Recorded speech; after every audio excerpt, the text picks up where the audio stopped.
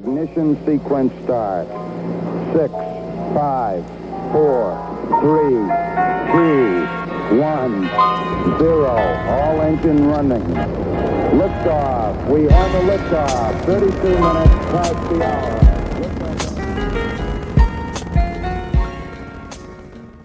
Welcome to Rock City Podcast, and today we have a special guest, Mr. Nathan Rigby. What's up, buddy? How Hey you guys. doing? Hey, how's it going? Good. Good. Why don't you give us a little overview of where you're from, first off, and where you work at now, and of your position. Sure.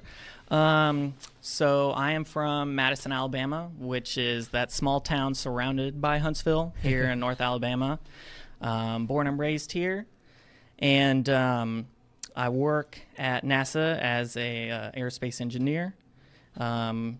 Primarily working in a group working on SLS, but doing some other stuff too. So, Alrighty. And can you give us a kind of clarity where with the contractor? So a lot of people here in Huntsville, when I talk to them and they say they work with NASA, they're actually working as contractors for NASA or under companies and they're contractors for NASA. Right. Can you tell us the difference between that? Because you actually are a civil servant working for NASA, and do you work closely with the contractors? Yeah, absolutely. So I started off as a contractor, so I came on the contract. And something else interesting about the contract is the contractor has subcontractors. Okay. So one of the main contracts out there, there's several that NASA has, but particularly NASA Marshall there for their engineering has one called the ESCA contract that Jacobs Engineering is the main contractor for. And then they have subcontractors, so that can be anywhere from, let's see, ERC, which is another company that does contracting. The one I worked for was called Qualys. And so you didn't really get to choose which subcontractor you worked for. When you applied for a job, it was kind of already preset, if you will. So I came on as a contractor, working for Qualys as a sub to Jacobs on the ESCA contract. And I worked on that for about a year and a half, and then switched over to civil service, so left contracting. But the way it works out there is NASA has our contractors provide support for different tasks, and they write different task orders and whatnot. Contracting officers can go over the details of that a lot better than I can, but we work hand in hand with our contractors. So essentially no difference between a civil servant and a contractor besides where your paycheck comes from is kind of the way it feels. You work with them, you can have a boss or a supervisor who's a contractor or a civil servant. There's no hard set rules. There's some positions that may be set, but they essentially work hand in hand with each other, and it's a really great environment. The only thing is when it comes down to like government shutdowns and things like that, then each group is affected differently. Okay. But otherwise, they work together. Yeah. Okay. And you said, I want to apologize, you said you're an aerospace engineer. I thought you told me systems engineering is where you're specifically at right now. Right. Yeah. So official title is aerospace engineering. Okay. Yeah. It's just a matter of semantics, I guess you could say. But a bunch of the work I do, you could consider systems engineering. When I came on as a contractor, I was a simulation systems engineer. And I essentially do the same work now, but just under a different title. So, yeah, it's how they code the different jobs. Okay, gotcha. Yeah, because I was about to ask you about system engineering more and pros and cons of that. Because recently had a guest on who's studying systems engineering and kind of wants to be in the same shoes you are, working with space stations. What are some of the pros and cons to your position? So systems engineering, and in my position in general, is got a lot of pros, I think, than cons. That's good. But they get to work with a lot of different aspects, at least in my area of the rocket. So system engineering is integrating all these different sub-elements, right? So we have our booster folks, and they're mainly specialized maybe in their area of boosters. We have our engines, we have our MPS, main propulsion system, and so those guys are, very technical in their area, but somebody's got to put it all together. And so that is where systems engineering comes in. They also have to be on the front end to define those requirements, because we have several different contractors maybe working on that project. So for SLS, we may have Boeing, working on the core stage. We have what used to be ATK, Orbital ATK, working on the boosters. Lockheed Martin working on Orion. And so all those have to work together. So it makes it your job more interesting, because you get to see a lot more different aspects. If you're very technical and you like getting maybe more into just your one area, you want to just study solid propellants, then that may be more of a con with systems engineering, because, you're not going to be doing as in-depth technical information than you are kind of integration sort of thing. And this is in general for my area. And so the systems engineering too, we have a dedicated systems engineering group. They do a lot of documentation for us, but they're really great. And working with all the different teams, we have to, constantly collaborate and talk with all the other NASA centers over teleconferences and whatnot. And so that's really important for the systems engineering background. And then also, learning as systems engineering, the design lifecycle process. NASA has what they call the Bible of systems engineering, but it's basically a booklet that defines their systems engineering process, where they go through peer design reviews, critical design reviews. These are all these different phases that these projects go through. And so the Army, DoD does the same sort of life cycle for these projects, but it's, you learn that in school, and it's really neat to go and apply that in your work area. It may be a little bit different, because on a huge project like SLS, you may be in one phase, for a couple years. It's not. Whereas if the senior design project I had, we were in, a phase of the project for 2 weeks, but obviously it was a smaller, less safety critical sort of project. Right.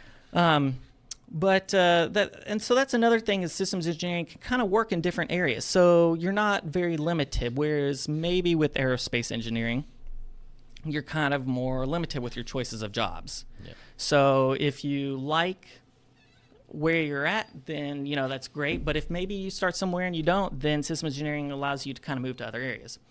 I'm a mechanical engineer, but it was kind of the same thought process for me, is that I didn't really know if I wanted to stay just with aerospace. And I knew mechanical engineers could also do aerospace work.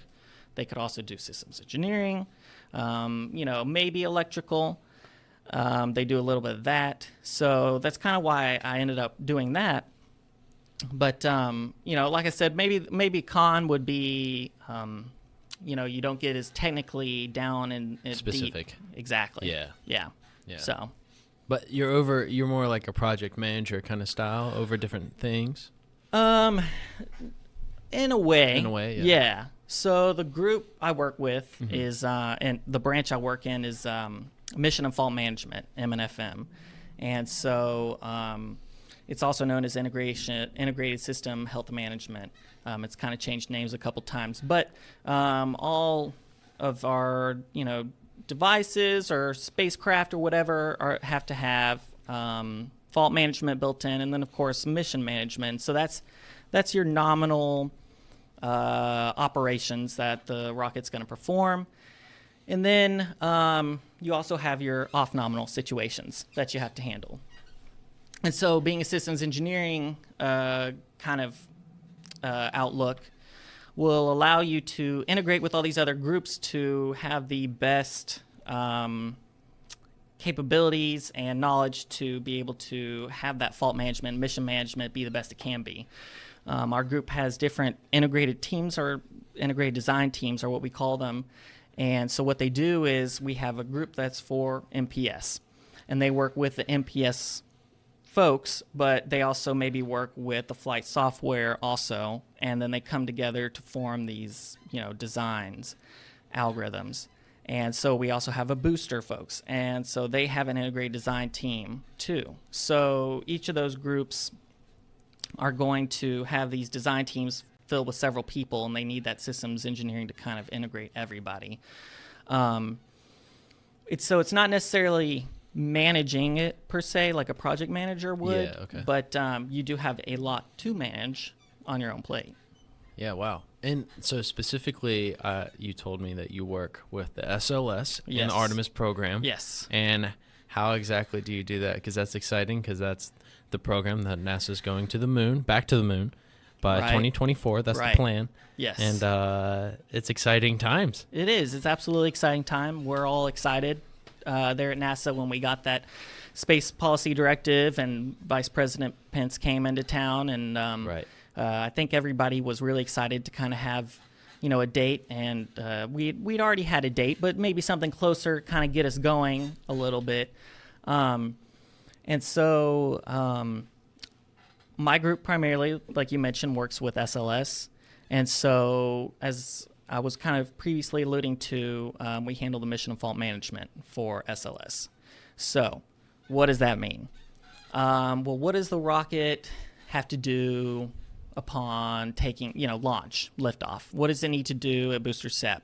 So you have to have somebody say, hey, I need the flight computer to send this command to do this, X, Y, or Z. So maybe open a valve, close a valve, booster separation, make sure, the boosters are separated, monitoring all your computers. And so that would be the mission nominally. And so our group designs those algorithms that handle that. And so what I mean by that is, we say, hey, during the mission, follow this design, check this time. If this time is this, perform this action, close that valve, open that valve. If this pressure or this temperature is here, do that. And so we come up with that design, and then we send it over to our flight software folks. The flight software folks actually write the code from our algorithm that will be on the flight computers, on the SLS. And so we work hand in hand with flight software folks because they need to understand the design, how we made it, so that they program it correctly, as the design was intended. So that's, part of teamwork, integration there. And so they write the flight software code, and then they come back and we revise the algorithm maybe however we need as we get more information. So that's the easy nominal stuff. And then we have the off nominal situations. So fault management. And fault management's a tricky situation. What you don't think about too much is, you don't want to have a false positive. So you don't want a situation where maybe a sensor tells you, hey, this looks really bad. Maybe we should abort. And then you do, and it turns out the sensor was bad. You don't want that to happen. That's a lot of money. And so you want to be certain in those situations. And so you want to try and mitigate the most likely things, because as you add this fault management, you're adding complexity to the vehicle, and adding more complexity is not always the best thing, right? And so you want less complexity, and better fault management, I guess you could say. But so we work with another group, the SNMA, so Safety and Mission Assurance folks, and they do probability risk assessments, PRAs, and they have all these models and such, and they kind of assign, in a way, like a probability of certain events happening. We have certain requirements that the program imposes, so, they can only have the probability of a loss of mission is only 1 in how many ever, or loss of crew. And so those are requirements that they have. And so to mitigate that as much as possible, we have our probability and risk assessment folks. And they come to us and they give us the most likely things that could happen. And so we take a look at those and see what we can do to mitigate them. Wow. So that can be a lot of different things. You got What's each one of subsystem. kind of the weirdest one? That The is weirdest like, one. I don't know. Oh gosh. So we have Most likely weird probability. We have kind of our set number of tests that we kind of do normally. So we'll do like a left booster case pressure burst. So basically a left booster exploding or a right booster exploding, or the MPS valves get stuck, or an engine shut down early, or the boosters failed to ignite at launch, or the engines failed. So I don't know if I have a favorite one. There's ones that are the most complicated, and maybe those are fun because you kind of do some digging down and kind of figure it out. So those would probably be more of your avionics failures. And so that would be maybe a battery goes bad. And so there is redundancy built in, right? So we have more than one battery. We have more than one engine. We have more than one flight computer on board. So if one fails, we still have a backup. Yeah. You have to write the design on how to manage that. But let's say probably one of the more complicated ones is when you lose power. And the power gets distributed to different electronics and different valves and whatnot. And so seeing how that air propagates throughout the whole system and making sure that your design is doing the best it can to prevent anything worse from happening than maybe you losing power to those. And so it can come out in weird ways. You know, you look and you go, well, I wasn't expecting to lose that device at that time, but let's take a look, at the design and trace it down and kind of see, okay, well, this was connected to this and this was connected to that. So, you can kind of make sure, okay, that is supposed to shut down. So we developed a series of tests, our group did, and so we work with the SIL, is what it's called. That's the System Integration Lab. There's several labs that they do this testing in here at Marshall.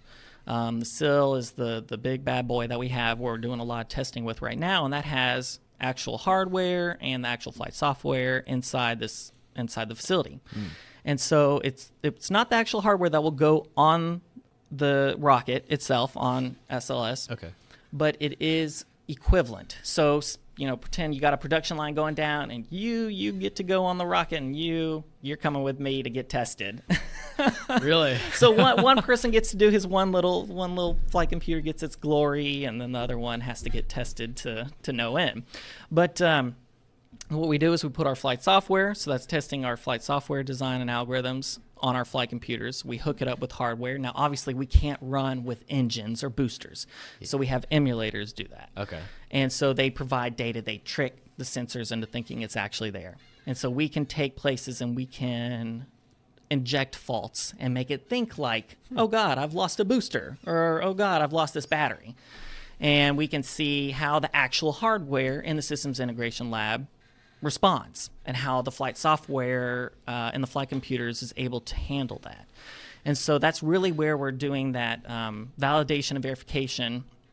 Both are separate activities, but we're doing that there in the Systems Integration Lab and some other labs, and really getting a good idea of making sure we can cover those faults correctly. And so it's cool to work with that actual flight hardware in there. So. Yeah, that's really exciting. And you guys are, that's just, I wonder how many test runs do you guys go through? It does.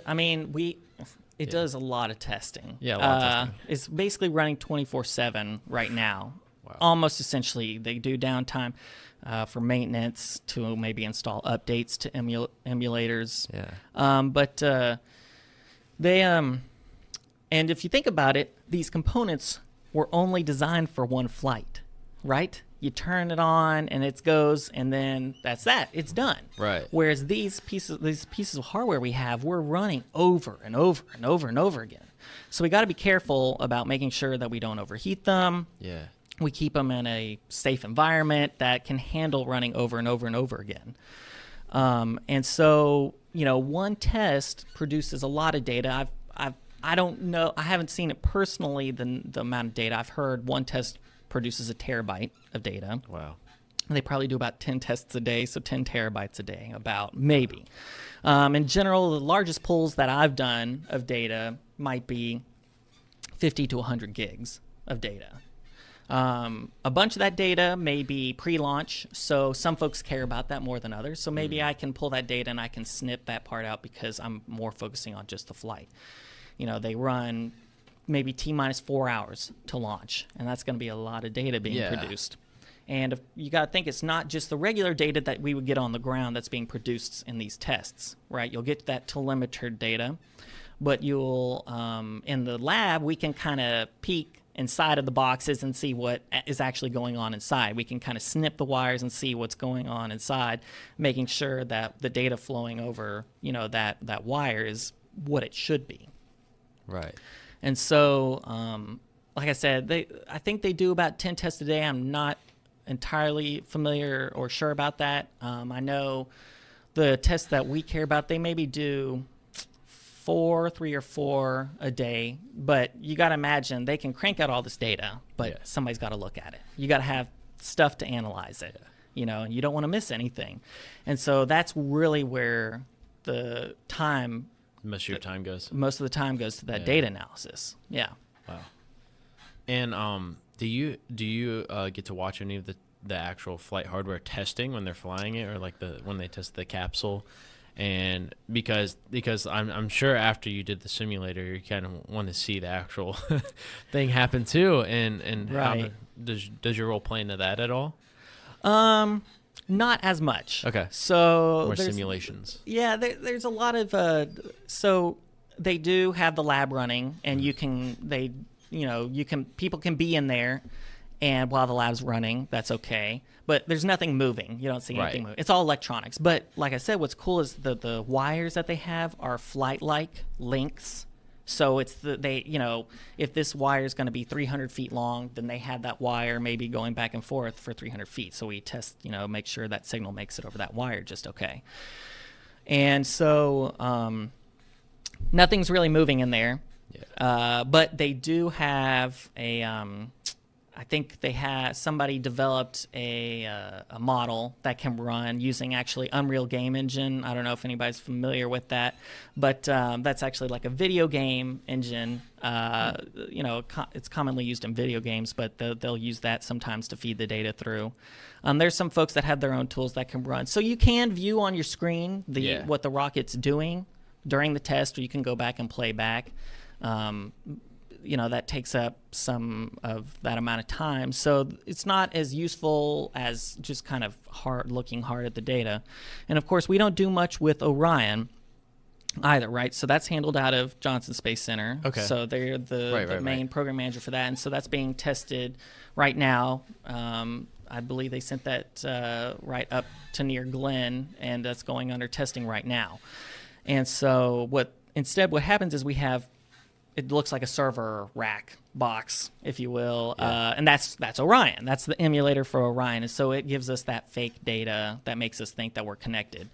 Now, all of this stuff here on the core stage, all of the flight software and mission fault management, we're basically there to provide recommendations to Orion. So we hardly, if ever, take any automated actions. So unless something bad is imminent, then we would just, as you would see in a simulation, maybe send a safing, caution, warning to the capsule.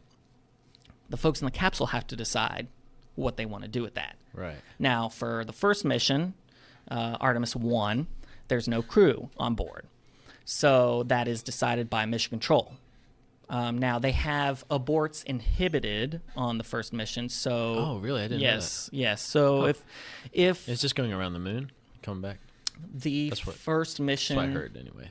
yes, that's correct. Okay. Yep, that is correct. So no humans on board. We're testing out the capabilities of our spacecraft and the space vehicle there, Orion, and so it'll be up to the folks in Orion. They're pretending, they're like the astronauts on board if they want what they want to do on there. And so we're providing them the best data we can and the best recommendations of what, they should do. But ultimately, it's up to them.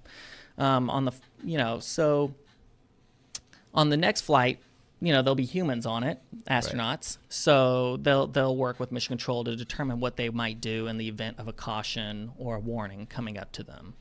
And so our group also mainly owns and handles most of those caution warnings, aborts, and safings, those 4 different key things there. Okay. And that's pretty neat. And, I had the question. What was it? It was about that.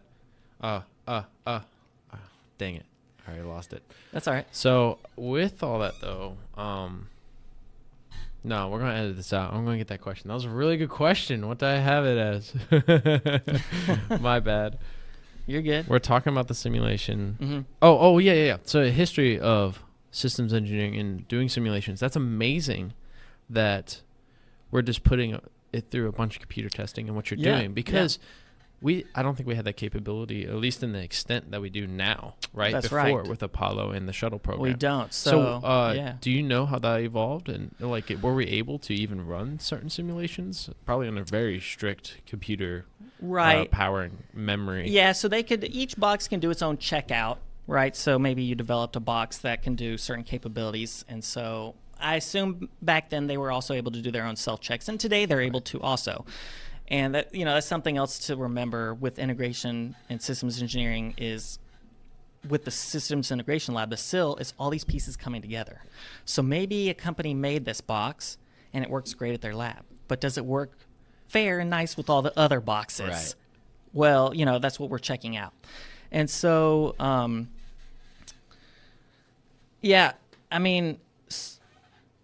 what was your question? More of a, so did you go over any of the history of how they used to do it? Right. Okay. And possibly how it evolved to where your department is now. Right. So just out of curiosity, because like Apollo and Shuttle, they had a lot of different things to really look into. Right. I yes. assume. Okay. Yeah. So with Apollo and Shuttle, they did a lot more. Well, with Apollo, I believe they did a lot more testing, actual physical testing. Right. And so, with that, we've done less actual testing of flights. We're doing more of this electronic testing. Now, they didn't have all these digital electronics back then, right? And so, there wasn't a need to for some of that. Now, some of that they did. Like I said, they did the self-checkouts most likely. But I have heard where, the IBM folks are what designed the flight computer for the Saturn V. Right. And so they would get the data back from a flight, and it would basically print out on a huge roll of paper. And they said they would roll it down the hallway, and they would just look line after line, frame after frame of data, and look for anything that would be off. Yeah. And so what this was actually somebody else had posted this video. They were interviewing this former IBM engineer who lives in town, is a docent actually at the Space and Rocket Center. Oh, really? Wow. And it really reminded me of kind of what we do in a way. They just had to do it, the manual way, if you looked frame by frame, where we have like our, we can look at it frame by frame if we wanted to inside of Excel. But, we have programs that'll, shove it down. And if it's the same thing over and over again, or if it's what we expect, then it'll kind of compress that. It'll do a data reduction. So, they did do similar things in reviewing the flight data. With Apollo, they looked at it maybe after the flight, especially something went wrong, whereas we're actively doing this. And so, again, with Shuttle, it didn't have as much of these electronics as I believe what's going on SLS. And, the flight computers on Shuttle were, the first flight was kilobytes of data.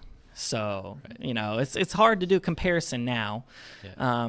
They did have similar labs, integration labs. And, from what I understand, that's very similar across a bunch of government programs, is that they have these system integration labs where we have the hardware and run it through those tests there on the ground. Yeah. That's interesting, and how it's evolving now. Do you think there's probably a pro to physical testing it, but then there's probably cons as well, where you can't put it through as many tests. Right. Well, the biggest thing is cost and time. Yeah. Some groups, commercial companies, possibly can use more commercial off-the-shelf items. So COTS is what we call that, commercial off-the-shelf. And so those would be cheaper to purchase and integrate inside of their rockets. So if they do a flight test and something bad were to happen, it's less money lost than maybe something that was more specialized, right? And so that's definitely something that we have to keep in mind. Now, there's a lot of engineers there that would prefer to do as much testing of the actual hardware, in configuration as possible. So that's interesting. And Wow, I didn't even know all that they're doing over all that in Stennis. I thought they Yep. shipped the core stage to over here, and I might be wrong. And then I saw a video where they actually pressurized it and it blew. Yeah. blew up. So those are structural test articles. Yeah, structure. Yeah, okay. Yeah. Okay. Those are structural test articles, so they're essentially equivalent. And they send them here for our structural testing. So we mainly do static testing at Marshall. Okay. So we test the LH2, which is what you're referring to. Excuse me. That they pressurized and then they stressed to failure. They tested to failure. Yeah. You know. Yeah, in that video, it's like a little less than a minute, I believe, like 55 seconds, and like you're watching it, and it just pops open, Right. and you're just like, what just happened? Right. Wasn't that the rocket they were going to send? No, yeah, that's just the test. Right. And so, but what that test was doing is it was helping our structural engineers verify that their models were accurate, so they can look at the data from actually stressing the core stage to what it would experience in flight, then maybe a little bit more than what it could experience in flight, and looking at the models and saying, hey, do these match up what we expected? And for the most part, they do usually. That may be something they're still looking at, but those tests that took place here, so the LH2 test tank took place over several weeks, right?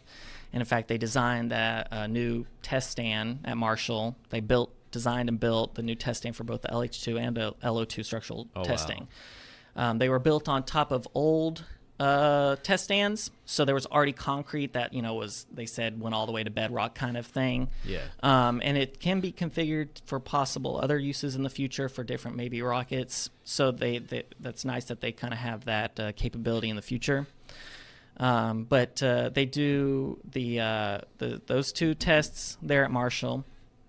And then they also do the launch vehicle stage adapter, the LVSA. Okay. So yeah. that's a piece that kind of goes between the launch vehicle and Orion. Okay. Yeah.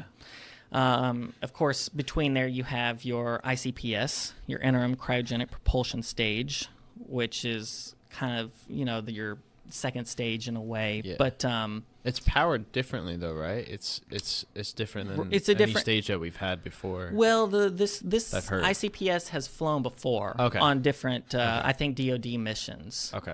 It's got one RL-10 engine, and what they want to do, eventually is replace that with what's called EUS, Exploration Upper Stage, so a more powerful stage at the top that'll have 4 RL-10 engines. Okay. So, it'll be more powerful and it'll be able to push more weight to orbit and to the moon. Exciting. But that currently doesn't fit inside of what the SLS Block 1 configuration we have. Really? Right. So there's different configurations of the SLS. You have the Block 1, Block 1B, and Block 2. And so each one has its difference, and it kind of gets a little bigger and more powerful.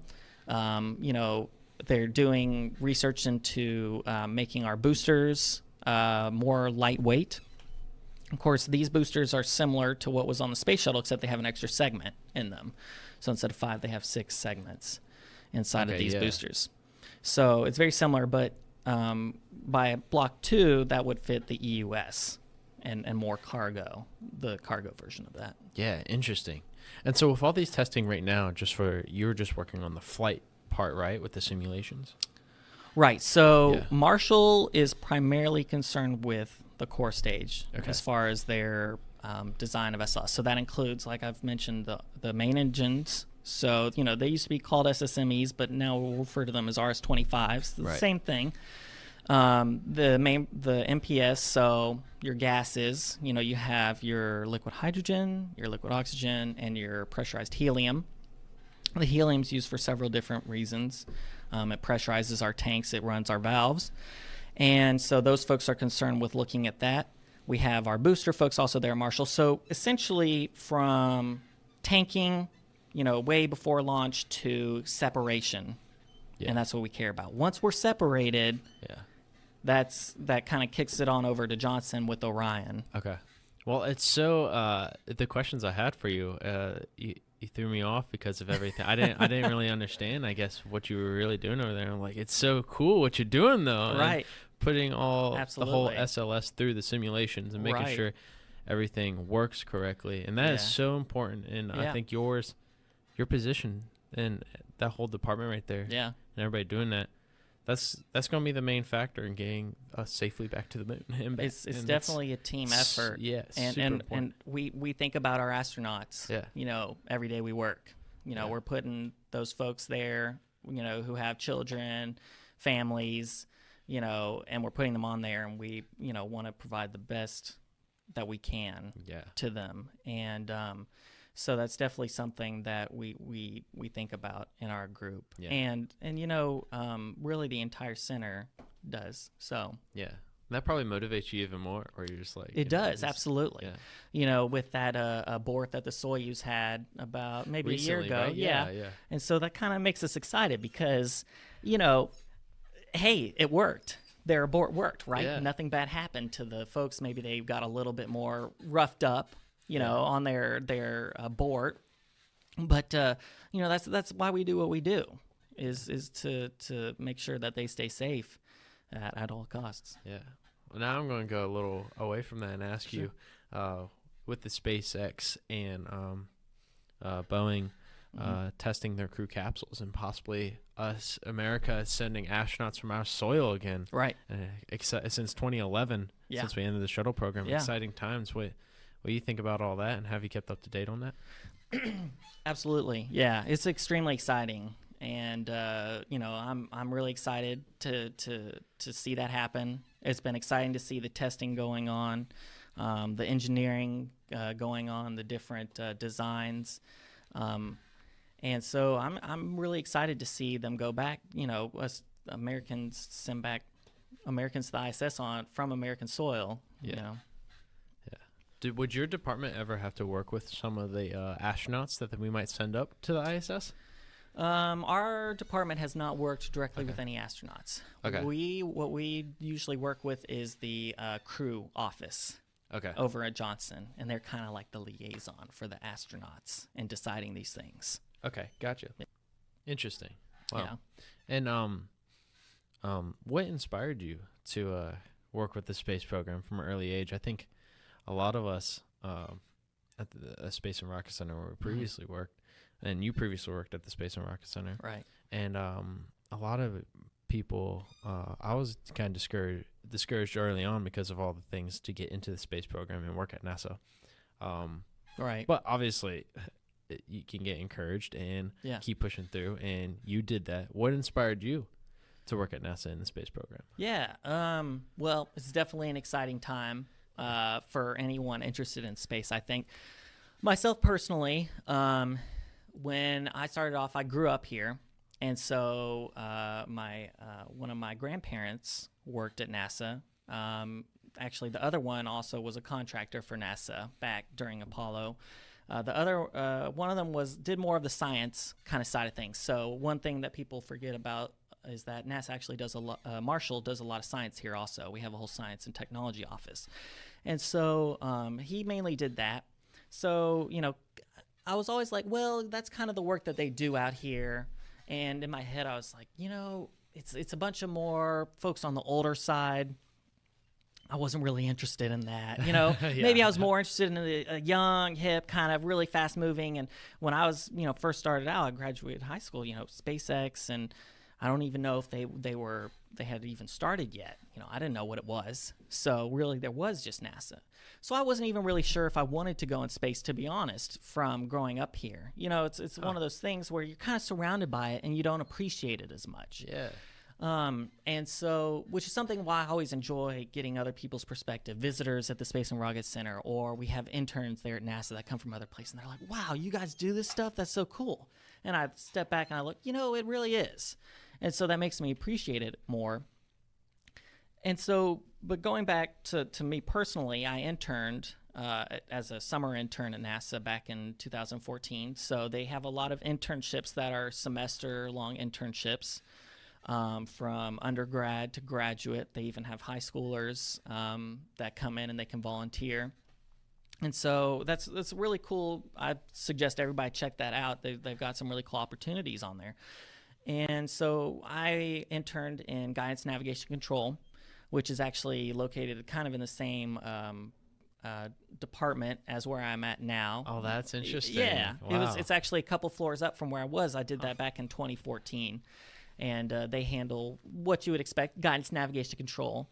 And so I worked there. I started there, and I was like, wow, there's all these folks that have very different backgrounds, different ages. You know, this person has a degree in electrical engineering. This person, mechanical. This person, aerospace.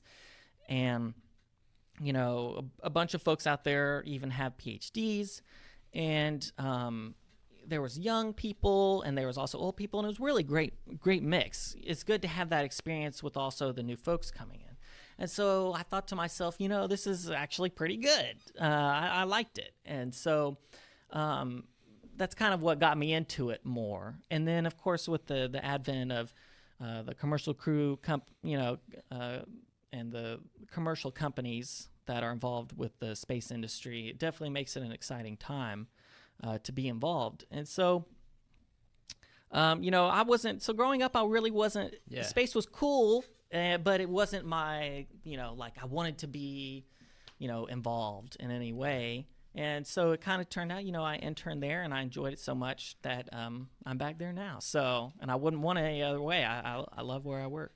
Yeah. Yeah, that is amazing, and I think everybody should try at least internship at NASA and see, because it kind of switched your mind how you looked at it in a different perspective. Yeah. Because there are a lot of people working in NASA that are older, which is not a bad thing, but from your perspective and growing up around here, I think that happens a lot where I'm from. I'm from the beach, and right. I kind of take it for granted. People are like, "Why'd you leave the beach?" Yeah. And I'm like, "I don't know. I just grew up with it, I like the Right. mountains. I haven't been to the mountains till I was 18. I can't imagine. Wow. Yeah, I can't imagine growing up here Yeah. and like seeing how NASA was and Marshall. Right. And then you actually intern there, and you're like, "Oh, wait a second." Yeah. And like you said, this era is crazy. I mean, that's what Yeah. we talk about on the show all the time. Yeah. Is there's possible space hotels going to be Yeah, put up yeah. there, Artemis Yeah. going back to the moon, to Mars, to the asteroid belt, Right. SpaceX, Yeah. and this crew capsules launching from American soil Yeah. again. Yeah. Um, It's an exciting time to get involved or be interested Yeah. in space. I love, no matter who it is, that wants to be involved, these companies or folks, I think it's great. It really brings everyone together. Yeah. As a international community, even, it brings everybody closer together. yeah, and with the going back to the moon, do you know the exact outline of the different missions that we're going to be testing first? I know we already talked about Right. Artemis 1 Right. and just going around the moon as a test stage. Right. But I remember they had, when they announced it, they had a map of the different missions and which one's Right. going to do each one, Right. or what they're going to put out. Yes. Yeah. So Artemis 1, right? They're shooting for 2021. Okay. That's the date that they kind of have set. And then Artemis 2 in 2022 time frame. So that'll carry the first man or the first folks that'll go around the moon since Apollo.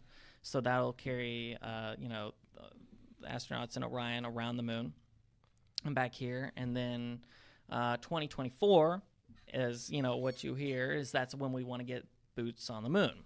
And so that'll be the first woman and the next American man back on the moon in 2024. And so that'll be likely Artemis 3. And after we get people on the moon, I mean, the objective is to get all the way to Mars. Yes. And building an Absolutely. interplanetary gateway. Yeah. Sorry, the lunar gateway. I keep saying interplanetary gateway. Well, right. I mean, so there's a lunar gateway, but we want to get to Mars too, so Yeah. it gets a little confusing. Yeah. So I guess there. Yeah. The objective to get to Mars, where they've set it out, is by 2030s. And curious of your opinion on that and how far advanced or the directive is to get there. Yeah, so they have started, they have a moon to Mars. Okay. It's almost M to M and kind of their little thing. But they have a moon to Mars program that they want to start up. But a bunch of that is to be determined. We have what's going on right now is we're going to have, there's folks working on MAV, the Mars Ascent Vehicle. And so what that is they want to go and retrieve samples from Mars and bring them back here to Earth to be analyzed. And so they have a rover that's supposed to land sometime this year that will actually be the rover that goes out and collects those samples. Yeah, that's exciting. Yes. And so then the Mars Ascent Vehicle will get to Mars a couple of years from now, I think maybe 4 or 5. It's in the future. And then the rover will bring the samples back, and then it'll bring it back here. I think last I saw maybe 2031, 2030s time frame is when we would get those back here to Earth. Of course, that's all subject to change. Right. But their big thing they're focusing on first is the moon. And there's a lot of great reasons for that. It's closer, 3 days versus, 9 months. Yeah. It's a lot easier to prove out all that technology. And we want to learn to be sustainable, too. Yeah. So that's one of our big things is going to the moon sustainably. And so that's part of that is the Lunar Gateway. So kind of proving this kind of deep outer space, space station in a way. And so that's really cool. And so it's kind of a modular thing. They can add and subtract different things to the gateway. They can add maybe a lab. They can add like a different descent element. And so that can be done with international partners and commercial partners.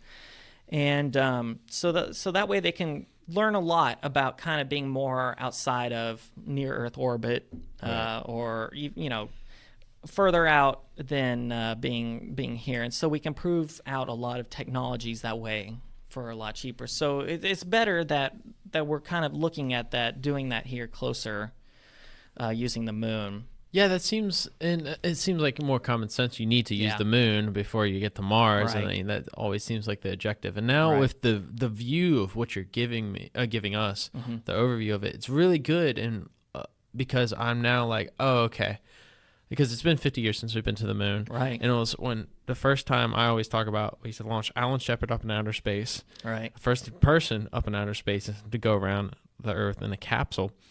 Or not even go around, he just went up suborbit. And then we got to the moon 8 to 9 years from that. Right. Like, that is a crazy jump so fast. We had different Right. reasons, obviously, to try to beat Soviet Union there. But we haven't been back to the moon for 50 years, and that's, like, really crazy. However, Yeah. the way the overview and looking at it seems pretty smart, Yeah. I think. Absolutely. And because so many things could go wrong with it. And Mm-hmm.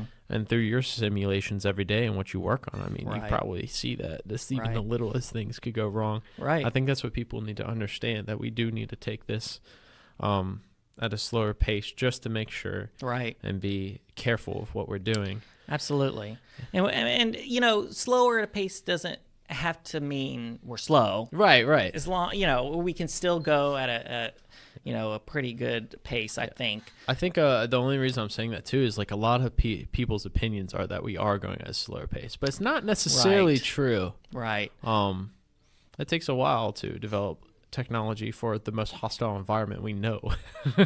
Yeah, it So, absolutely does. yeah. And, like I was saying earlier, we want to make sure we protect, our astronauts that we send out there. Yeah. So by making sure that all this technology works before we do that is extremely important. And, by doing this, we'll learn new things, we'll fix it for the future, and it'll be that much better. And so I think one of the cool things about going back this time too is how we have the CLPS program. So that's the Commercial Lunar Payload Services program. Oh, I haven't heard about this. So what this is we're using commercial companies to send payloads to the surface before we arrive. So basically, when we land there, we'll have, maybe the parts to start building habitat there already, and we'll have, maybe stuff to make a greenhouse or whatnot. And so that'll allow us to again go sustainably, not just go get some stuff and head back home, but actually live there for a while. Right. by using this. And so that's a cool thing. The Commercial Lunar Payload Services, so the CLPS program, that's an ongoing thing. They've announced a couple of awards, I believe, with a couple different companies. So that's something to look forward to, seeing what these companies can send already to the surface, waiting for us there to unpack. Oh, that's exciting. And I Yeah. heard that, I mean, that's the goal, but I didn't even think about all the commercial companies that will have stakes in that and be Yeah. able to send it to Mars. I mean, the Falcon Heavy can already go to Mars and send payloads to Mars. Yeah. Even though they overshot the car. It went around. It was an impressive feat, you know. It was, they were it just was. getting it up there. It was impressive. Right. If you could go to Mars, would you? If they gave you a ticket and they're like, let's go. We need you up there. Nah. Well, if they said they needed me, yeah? I might consider it. But if I had a decision, I would stay here. Okay. I definitely think some of the earlier ones are more, it'll be unexplored territory, and I think once we kind of get more of an established home base kind of there, I would consider it. But I definitely think I would leave that up to some other folks now who would want to go. I'm pretty good here supporting all those endeavors here from Earth. Hey, that's good. That's good. And we need more people here Right. to do that. Yeah. Have you heard of SpaceX's idea of the Mars city and like what they want to do and to send people like one way?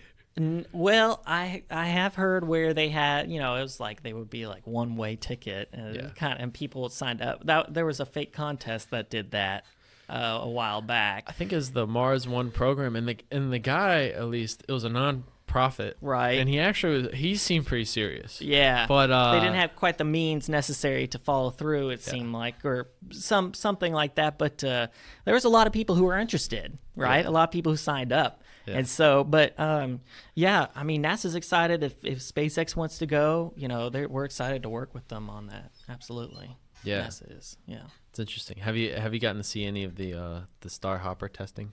Yeah, I've kept up with that. It's a really neat design. Mm-hmm. It's really cool engineering method that they have. Where they were doing carbon fiber, and they had this huge spindle, and it was really expensive. And then they found, well, this stainless steel does better.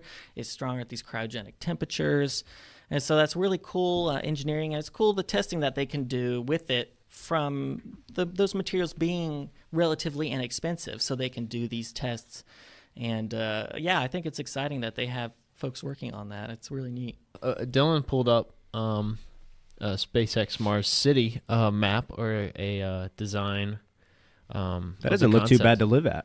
It doesn't. I'm kind of having a hard time. It almost looks like from afar like a Roman city because of the red. But Yeah, you're right. yeah, kind of out west, maybe in some desert area. yeah. I think I've saw on there that they're thinking about having people go there with just different jobs that they need, but sending them a mass amount of people. I mean, he was talking about like trying to get 1 million people to Mars with his Right. Starship, which is pretty wild in what he wants to do. But I think the fact that he wants to shoot for something so mind-blowing in the time of our current technology, I think is what's progressing him so fast. Right. Considering that the reusable rockets and everything. It's he does. interesting. Something I like noticing or even pointing out in that the one of those pictures there is you see the pads where the rockets are. Yeah. That's something you don't really think about, but you need to construct a pad. Here on Earth, we have nice concrete pads. So if we descend there and, if we take off again, you're going to blow up a lot of dirt.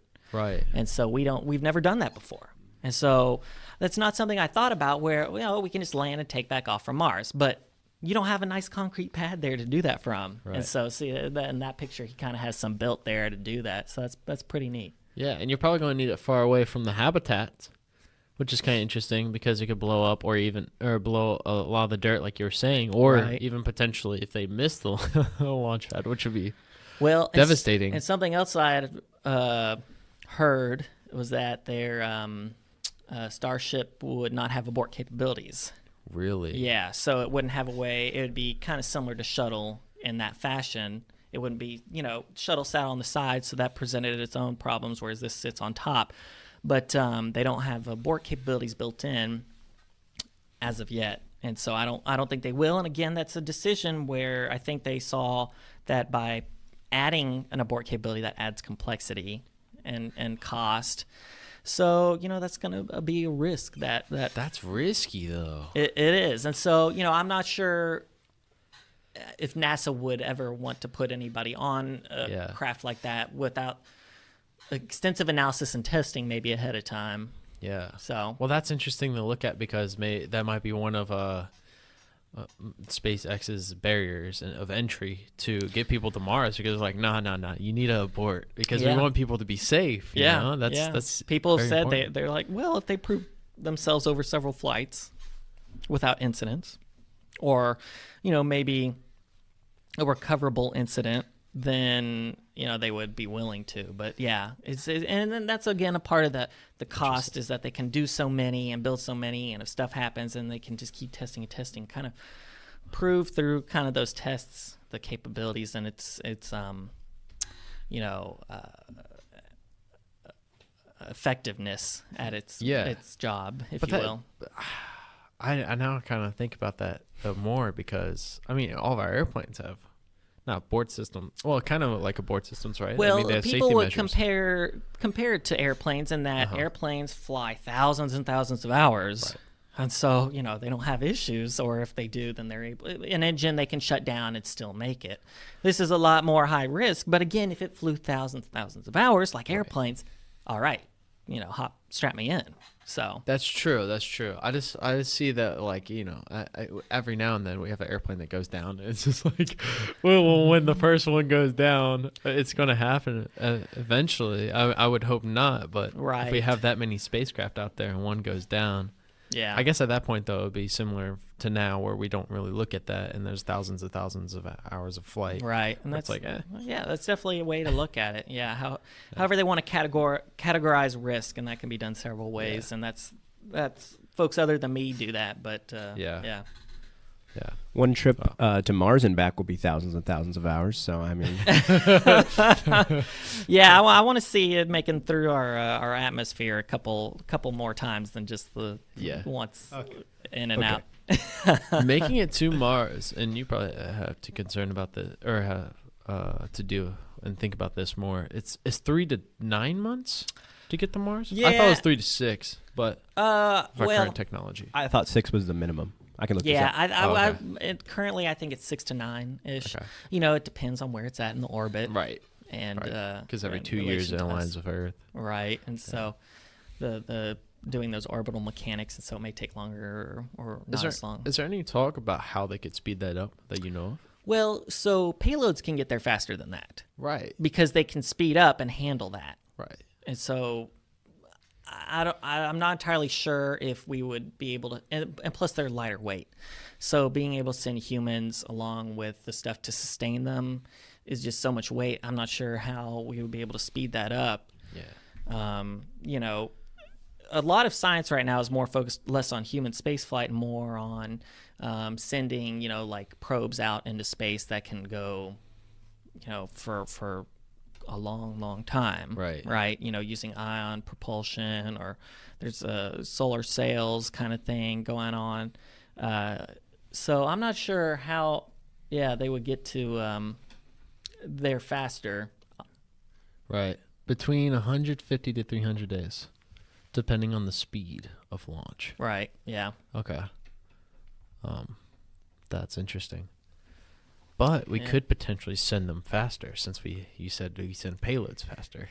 But that's risky in its own way. Right. Yeah. See, depending on the speed of the launch. Yeah. So, can your payload handle? Yeah.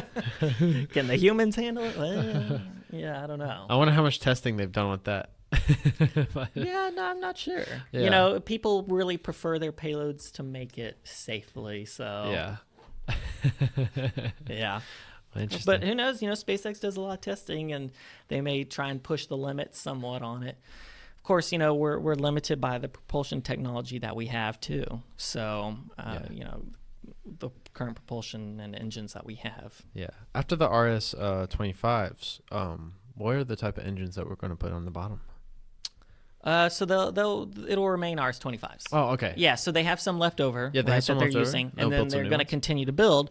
They will improve upon the design They will reduce the number of components required to be on the inside of them, and use additive manufacturing or like 3D printing to try and streamline it, making those a little bit more. So it'll reduce the number of parts, reduce the cost is the plan. Okay. And I hear the 3D printing thing is going to be very, very awesome with Yes. just saving a lot of money and making things efficient. Absolutely. I didn't even realize with the engines, but I mean, I even Yep. heard about on the Lunar Gateway, Mhm. they're going to have 3D printers. Yeah, potentially yeah, build we different have parts. one, I believe, on the ISS already. Oh, okay. Yes, and so they sent up a payload within this last year that would actually, because the thing is, you print it, but what if you're done with it? Right. We'll see about recycling it. And they sent up a payload, and I don't remember the name off the top of my head, but it would basically take the 3D printed part and put it back down into new raw material. And so they tested that out, and I believe they're still testing out if they're not done yet. That on the ISS Yeah, right that's now. exciting. So something that I just pulled up was this, the 3D printer. Something you don't think about is just like there is a 3D printer on the ISS. Yeah. And apparently it's been there since 2014, but they're obviously got it to now where they can tear down the raw materials. But the 3D printer has to print in zero gravity. That is not something that we had to think about here on Earth. Like it has to build all these little stems that keep it stable and be able to print in microgravity. Like that's not something you can't. How do you even begin to manufacture something like that on Earth? Like how do you begin to think about how that's going to work? Yeah, you can't really test that here on Earth. You Yeah, gotta- no. Hey, that's one of those great things about having the space station up there. Yeah. But Yeah. also, I mean, you could do that in simulations. Well, no, probably not with a 3D. You probably want the 3D printer to actually work first and then send it up. I Right. mean, you could do probably some engineering and try and figure out what you need, which I'm sure they did before they sent it up there with Yeah. building up the supports kind of around, and those are cheap enough to send up there and Yeah. kind of test it out too. Yeah. Wow. Yeah. Wow. Whoa. Nathan Rigby, this has been amazing. I think we can wrap it up there unless you have any other information you'd want to share.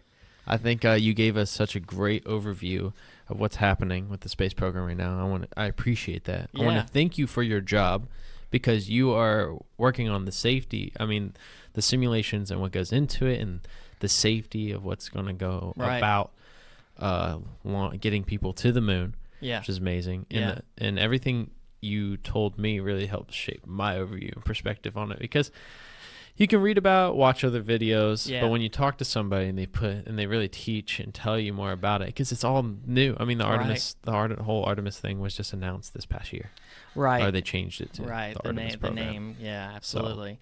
Really just, there is a lot of information already out there. Yeah. If you go to nasa.gov and they have a SLS site that has a bunch of fact sheets, Okay. a lot of cool stuff, some videos. They recently got one of the actors from Star Wars to narrate a video on Oh, their really? YouTube channel. Yeah, and it's got a really great overview of the Lunar Gateway and our plan to get to the moon. Highly recommend going and looking at that on NASA has that on YouTube. So that's got great graphics too. Most other than that, yeah. Yeah. I just hope that one of our Artemis missions is to go to the moon and jumpstart one of the rovers. one of the rovers from Apollo and Yes. use all three of them because we could reuse them potentially. Yes.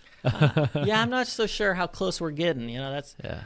it's one of the things about the gateway, though, is it'll allow us to access more than just the equator of the moon, Right. which the Apollo was kind of restricted to, the Apollo program. So this will allow us to kind of get anywhere on the moon. Right. And we're really shooting for the South Pole for that water ice possibility there. That's what I heard. And so they can look and see which places are permanently in shadow, which are those areas that I believe they're more likely to have that ice water. Interesting. Yeah. And we'll be developing technologies to extract it. Exactly. Yeah. Most likely. I wonder if they would even touch any of the Apollo sites because technically they're historical at this point. Where they're probably I don't want to mess with that. I know any payloads that go around the moon or that they're gonna NASA's keep away from Apollo site. Interesting. Yeah. Okay. So they're already considering that. Yeah, I think Yeah. because they've purposely had some satellites that were done kind of around Moon, particularly one called Laddie, crash into the Moon. It needed to be far away from that. So Right. yeah. Right. Wow. So, well, thank you so much for coming on, sir. Yeah, absolutely. I appreciate it. Yeah. And stay tuned. We're gonna have some more guests on, and maybe Rigby will come back when I don't know when Artemis is launched. Yeah. And then you could tell us more about that. Absolutely. It'll be exciting times. Looking forward to Yeah. it.